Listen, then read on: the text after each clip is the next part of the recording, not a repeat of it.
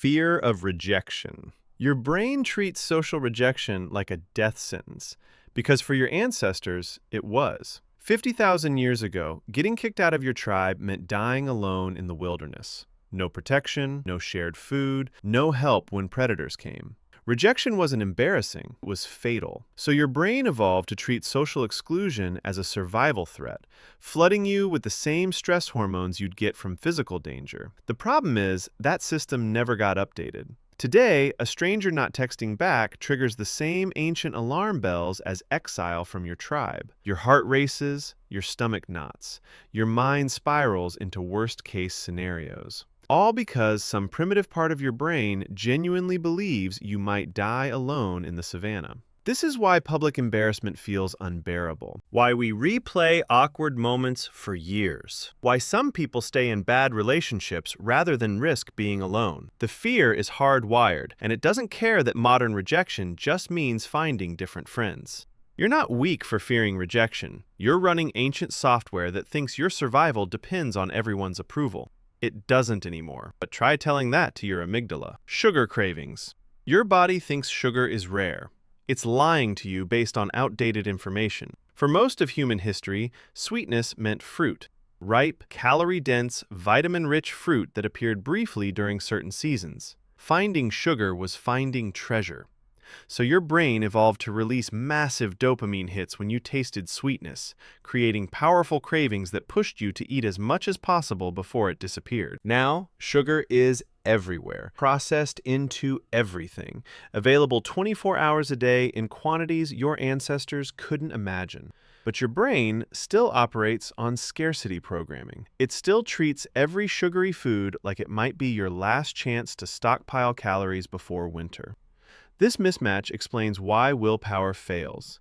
You're not fighting a simple preference, you're fighting a survival mechanism that evolved over millions of years.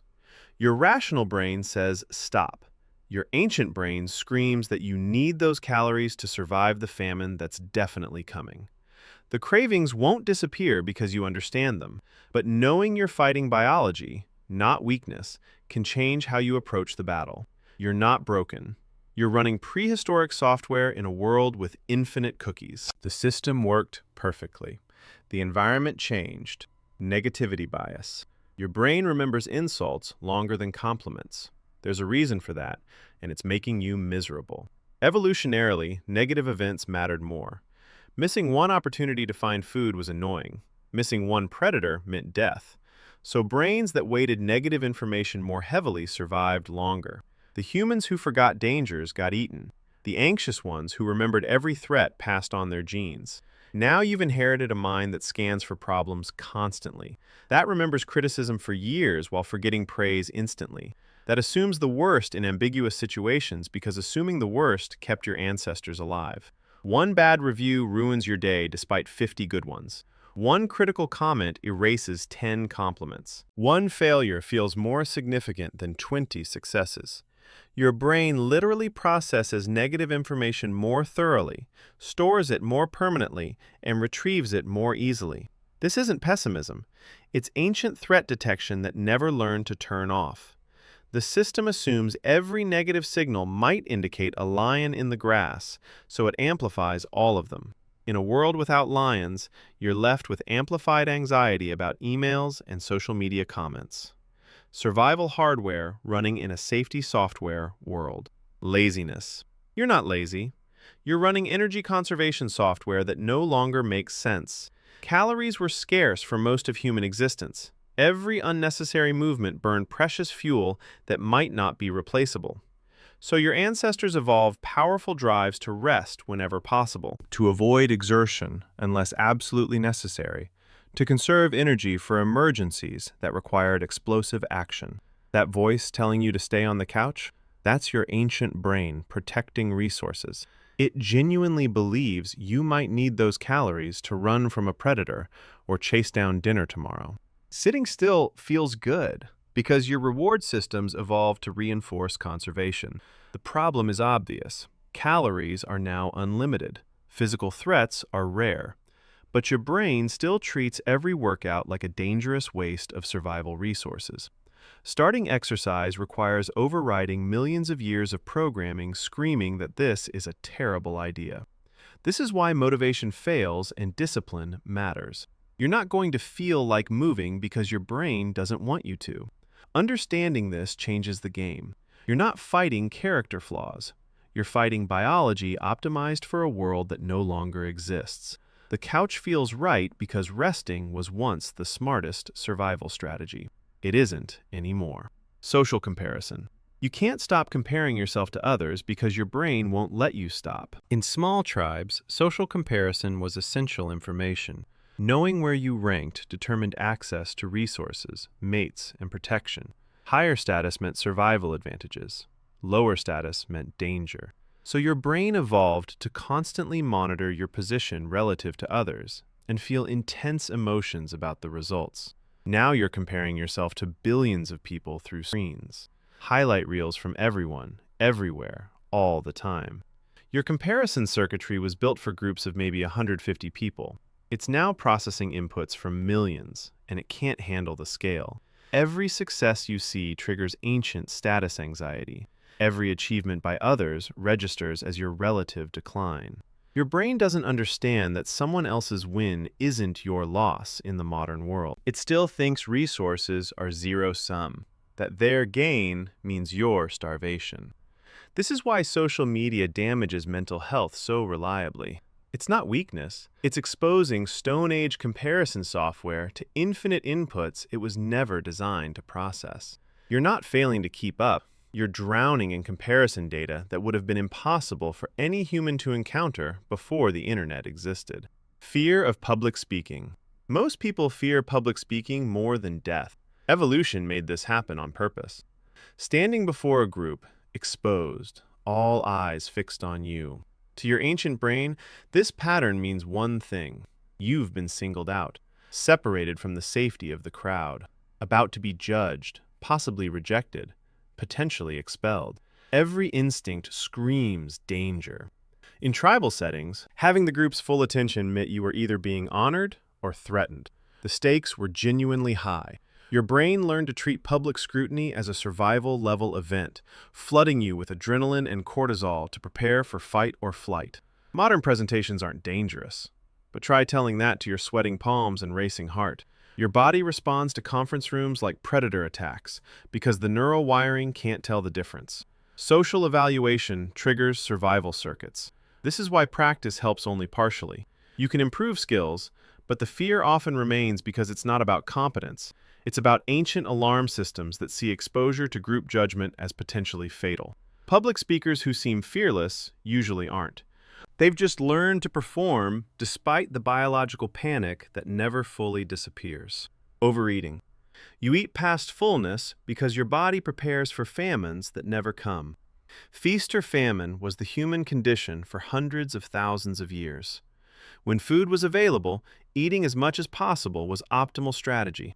Your body couldn't know when the next meal would come, so it evolved to override fullness signals when calories were present. Store fat now, survive later. Those stretch receptors telling you you're full, your brain learned to ignore them during abundance because historically, abundance never lasted. The people who stopped eating when satisfied didn't survive winters as well as the people who kept going. Now every meal is a feast. Food is engineered to be hyper-palatable, triggering consumption drives beyond anything nature offered. And your body still operates on famine preparation, pushing you to eat more because surely scarcity is coming. This is why diets fail so consistently. You're not battling willpower, you're battling a survival mechanism that believes your life depends on maximizing intake. The fullness signals are suggestions your brain evolved to override. Understanding this doesn't fix it, but it explains why eating in moderation feels like fighting your own body. Because you are. Tribalism. You automatically divide the world into us and them. Your brain forces this on you. In ancestral environments, tribal boundaries were survival boundaries. Your group shared resources and protection. Other groups competed for the same territory and might attack. Instant identification of in-group versus out-group wasn't prejudice. It was necessary threat assessment. So your brain evolved to categorize people instantly. Accent, appearance, behavior. Any signal that indicated group membership got processed immediately, triggering different responses. Trust and cooperation for in-group. Suspicion and readiness for out-group. This still runs constantly. Sports teams, political parties, nationalities, fandoms. Your brain creates tribes from anything and then automatically favors your side while devaluing others. It's not a choice, it's pre-processing that happens before conscious thought. Modern tribalism causes obvious problems. We discriminate based on arbitrary group memberships. We demonize people we've never met. We refuse to consider ideas from the wrong team. The instinct that once protected small groups now tears apart societies of millions. You can't turn this off, but you can recognize when tribal thinking is distorting your judgment, when you're dismissing ideas because of who said them rather than what's true. The software runs automatically. The override is manual. Hoarding instinct. You keep things you'll never use because your brain can't accept abundance. Resources were unpredictable for most of human history. Finding tools, materials, or food meant keeping them because replacements weren't guaranteed. The cost of storing something was low. The cost of needing something you discarded was potentially fatal. So your brain evolved to resist throwing things away. That drawer full of random cables? Ancient hoarding instinct. Those clothes you haven't worn in years? Your brain protecting against future scarcity. The difficulty of decluttering isn't about organization skills. It's about overriding programming that treats every possession as a potential survival resource. The what if fear is your brain doing its job. What if you need this someday? In unstable environments, that question saved lives. Now it just fills garages. Your ancestors couldn't order replacements online. They couldn't buy new tools at stores. If they threw something away, it might be gone forever. Modern abundance should disable this instinct. It doesn't. Your brain can't truly believe that anything you need is one click away. It still prepares for scarcity that isn't coming, still hoards against emergencies that never arrive.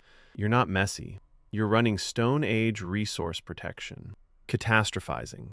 Your mind jumps to worst-case scenarios because pessimists survived.